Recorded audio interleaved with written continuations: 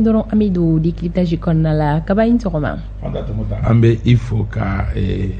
député min n'a tɛ fɔ a ma ko honorable ko o fo ka an lamɛnbagaw n'an filɛbaga bɛɛ lajɛlen fo.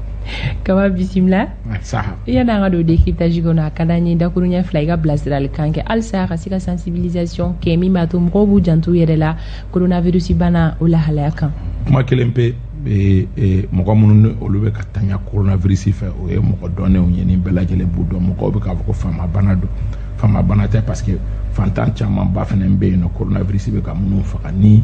olu ta tɛ dunun tɛ ta bala tɛ ta k'a fɔ donc mɔgɔ minnu bɛ volet minnu bɛ yen nɔ n'olu b'a kuma la kuma o kuma ko faamabana de don k'a sɔrɔ kɛ k'a ye honorable Soumaïla Cissé a taara ni o ye walima a taara ni Pierre Buyoya ye walima a taara ni karisa ye ko faamabana de don o ye fili kuma ye. Soumaïla Cissé ni Pierre Buyoya o ye mɔgɔ dɔnnenw de mais anonyme daakɛ min bɛ fatu ala ye diɲɛ dongo don da coronavirus in na a tɛ ala fiyewu yɛrɛ a dɔw yɛrɛ bɛ yen a tɛ dɔn yɛrɛ mɔgɔw kɔni bɛ taa janajakɛyɔrɔ la a tɛ dɔn donc mɔgɔ minnu b'a fɔ ko faamabana don o ye fili ye coronavirus in na anw ka jamana kan le 25 mars ani bi ni ɲɔgɔn cɛ Fanta Tumota nin kalo laban in na la cérémonie de clôture de la 7e conférence des gouverneurs a interféré ce matin. Deux travaux qui ont permis aux participants de réfléchir sur le moyen de mettre en place la gouvernance dans ces entités décentralisées. Ces assises vont également permettre aux chefs des exécutifs provinciaux de s'imprégner de la vision du chef de l'État en territorial. Amuka faga awere ye honorable Soumaïla Cissé mais bana ya amina Niger ka ta ka beta France o ni ɲɔgɔn cɛ a tanyana Pierre Buyoya bana ya amina Bamako ya ka ta ka beta France a tanyana dire que oui au moins te mɔgɔ minnu i t'a sɔrɔ olu dɔw k'u ta k'u bɛ bɔn'u ye garabu ka se hôpital du Mali la o caman ba de bɛ an k'an janto n ye sotarama kɔnɔmusow ta fɔ n bɛ segin sukɔnɔmɔgɔw ta ma sukɔnɔmɔgɔw bɛɛ da bɛn'a kan bi. Oui. Ko c'est très difficile Bamako sugu i ka se k'a datugu ka sɔrɔ kɛ a bɛ a kɔlɔlɔ ka bon ni a fɛngɛ ye mais bɛɛ kelen na aw minnu bɛ sugu kɔnɔ aw minnu ye sugu kɔnɔ mɔgɔ a y'aw yɛrɛ lakana mɔgɔ si tɛ mɔgɔ si dɔn dɔ bɛ na sanni na a bɛ a bolo maga minɛn dɔ la ani bana bɛ a bɛ bana bila minɛn na a tatɔ a ye gɛliw ta wagati o wagati aw k'aw tigɛw désinfecté o bɛ kɛ sababu de ye hali ni dɔ nana k'a bolo maga ni tabali na n'a tigi taara ni e y'i bolo maga o tabali la hali ni coronavirus parce que a muralama don mais mura tɛ n'i y'a ta n'i ye gel ta wagati k'a k'a la gel b'a faga il faut que mɔgɔw k'o de faamu. Ok Kaba ala ka kulo kɛ kulo kunnandi ye ala ka an bɛɛ lajɛlen kisi ka bɔ ni bana jugu in kɔlɔlɔ ma Amadu sisan an bɛ don décryptage kɔnɔna la bi sɔgɔmada na décryptage babu bɛ tali kɛ fɛn min kan o de ye k'a fɔ M5 RFP wulikajɔ min kɛ juillet kalo tile 10 11 a 12 fo ka taa se a 13 ma waleya min kɛra o ko kɔnɔna la fɛn min kɔni ye MINUSMA ye ale ye gafeba dɔ bɔ événement in kan o la gafe in kɔnɔna kumaw ye jumɛnw de ye Isa Kaba Sidibe ale bɛ na ɲɛfɔli kɛ aw ye.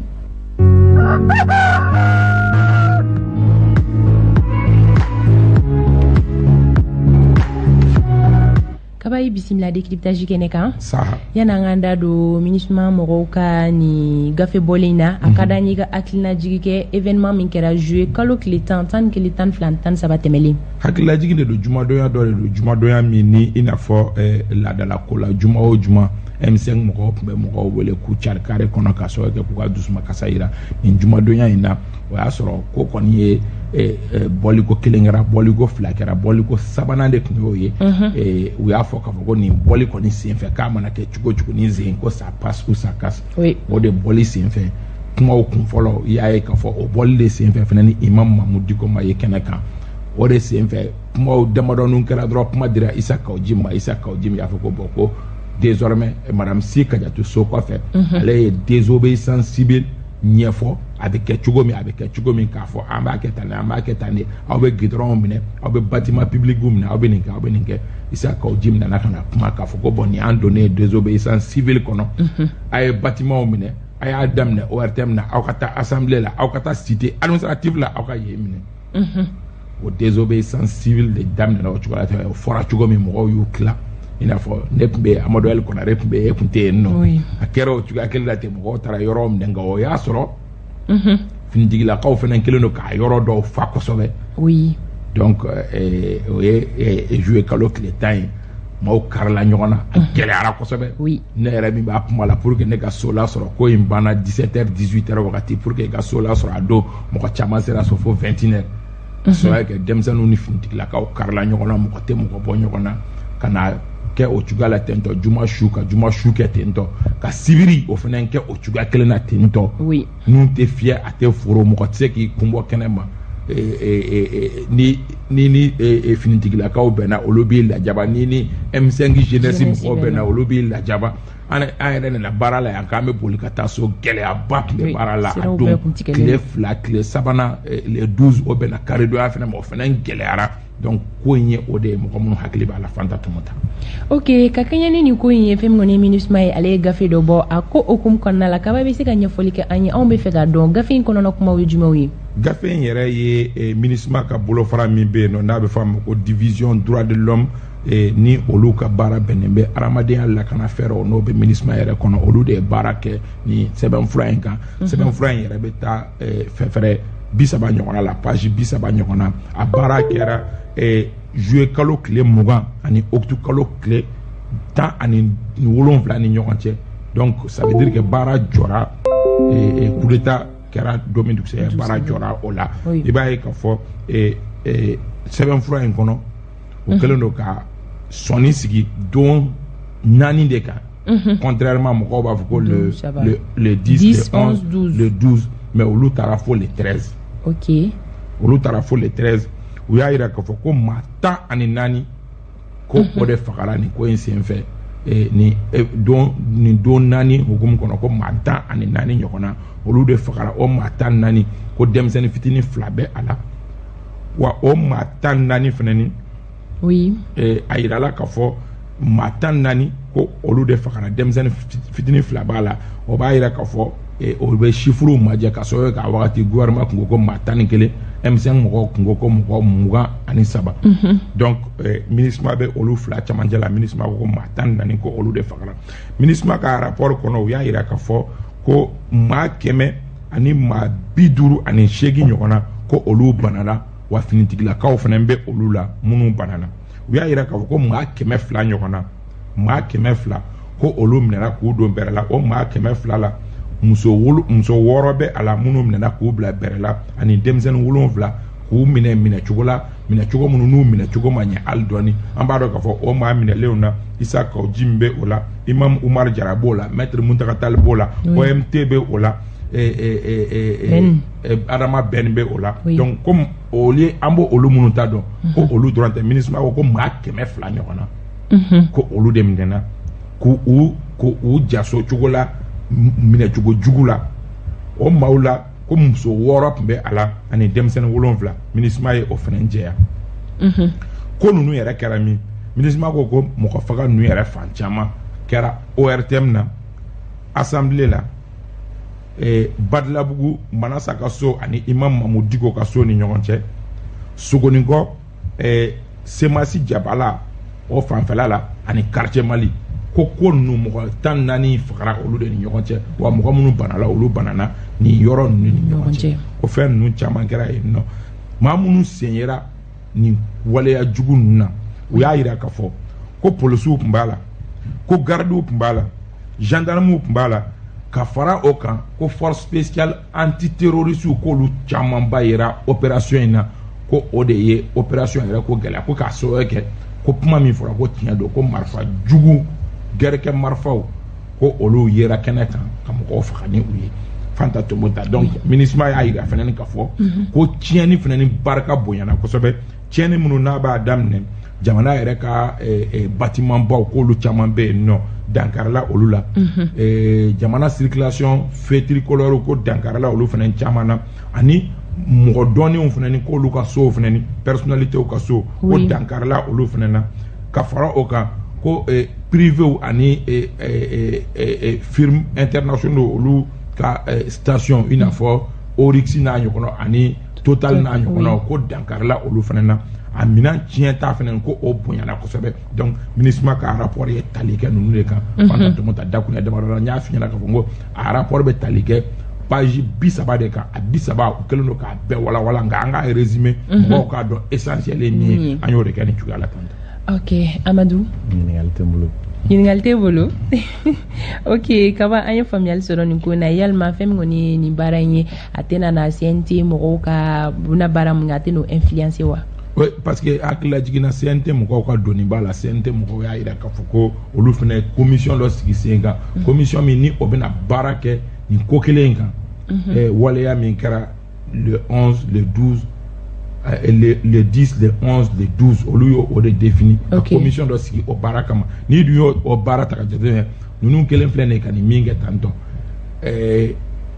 an bɛ yɔrɔ min na komi sisan est-ce que CNT bɛna kɛ au delà de ninnu ye a kɛ cogo min gɛlɛya b'a la ka sababu kɛ ninnu ko k'u y'u ka baara daminɛ kabi juillet kalo tile 20 o kɔrɔ ye k'a fɔ ko tile damadɔni waleya kelen kɔfɛ o wagati mɔgɔw kumada bɛ mɔgɔw bolo mɔgɔw a ka di mɔgɔw ye k'u ɲɛfɔ mais est-ce que données ma changé an filɛ yɔrɔ min na komi sisan données changera kosɛbɛ parce que ni enquête la bi bi in na M5 yɛrɛ dama ni ɲɔgɔn cɛ hali ni ye ɲininkali kɛ M5 yɛrɛ dama ni ɲɔgɔn cɛ i bɛ taa sɔrɔ dɔw kumakanw tɛ kɛ kelen ye mais o don i bɛ taa sɔrɔ kumaw kun harmonisé len don ka se hakɛ ma bi données falenna kosɛbɛ donc baara commission in kɔni ka baara bɛ gɛlɛya fo ni u fana y'u référé nin baara kan ka ɲinini dɔ kɛ ka fara nin kan. Ayiwa sɔgɔmada in na décryptage an b'a datugu yan yɔrɔ la faamuyali ko ɲuman ɲininen don aw fɛ aw ka se k'o sɔrɔ fɛn min kɔni ye MINUSMA mɔgɔw ka nin gafe bɔlen in na gafe kɔnɔna kuma Isa Kaba bɔra ka a da don a la min b'a to aw bɛ se ka a faamuya cogoya min na Kaba kumakuncɛ kuma ni folikan laban an ka sɔrɔ ka Kame bolo da. Kumakuncɛ kuma rapport bɛɛ mɔgɔ kalannen don i bɛ se ka rapport ɲini k'a kalan a nafa ka bon ka sɔrɔ kɛ i b'a dɔn ko minnu kɛra parce que an ka barodaw la kuma dɔ la mɔgɔw bɛ fɛn fɔ mais u tɛ u dɔn donc bɛɛ ka bila même niveau d'information o fana nafa ka bon o la mɔgɔ wɛrɛ tɛ se ka ngɛlɛkɛ da aw la ka aw fɛngɛ ni fɛnw ye o la an b'an profiter ka foli di kanubagaw bɛɛ lajɛlen ma Amadou Kuyate entrepreneur do Segu Masuruna mɔgɔba do an bɛ a fɔ ka a waleɲuman dɔn Musa Jara an bɛ a fana fɔ ka waleɲuman dɔn maa o maa n'u bɛ batakiw ci an ma honorable Mamadou Jarasuba Amadou jigi bɛ min kan ka to ka anw lajaba a bɛ honorable Jarasuba fo i kɔ dalen dɔ Jarasuba dɛnɛ de la o de b'i bila ka anw filaw lajaba nka o ko an bɛ n'o ban ka sɔrɔ kan an bɛ n'o ko bonya to tonton Abiba bolo Elebo ale ko tile filɛ na ale yɛrɛ bɛ n'i labɛn ka na renouveau la k'a natɔ k'a bɛ na ni sɔnbɔ mɔgɔ la Amadou kama voilà ɲɔnɔ baba fana ko fɛn o fɛn binna i kan k'ale bɛ a tɔn bɛɛ sara n ko ɲɔnɔ ba n ko n'a b'a sara a b'a sara n yɛrɛ ye sabu dɔ sara la dɔ ma sara wa an m'o fɔ maaw ye kunu i ye caman sara la dɔ sara la i y'a san Amina kunu min tɔn min bin'i kan i ye a bɛ fɛ k'a dun fana mais i ye dɔ wɛrɛ fɔ bi tuguni Amadou i ye dɔ fɔ bi i ye min fɔ bi ko a k'a di n yɛrɛ ma a b'a di yɛrɛ ma n ye min sara la kunu m'o tigɛ ka bɔ a la mɔgɔ caman ye wele k'u ye domoloni k'i ye ko tɔn min bin'i kan i fana an ka tɔn bin ninnu laban a bɛna kɛ jagosira i yɛrɛ bolo i paraît que an ye tɔn min bin'i kan ko kuru k'i ye gɛrɛbupala ta ka tugu yala ko tɔn binnen don i kan k'i bɛ ka kule mɔgɔw da la ko tɔn binnen don i kan ko mɔgɔ kana dɛmɛ don ne kelen ma minɛ ne ni Jarasuba minɛna o kuma tɔ ka sara tɔ tɛ aw ka ɲɛsira la bilen tɔ ka sara nka min kɛra kundo a k'o fana ɲɛfɔ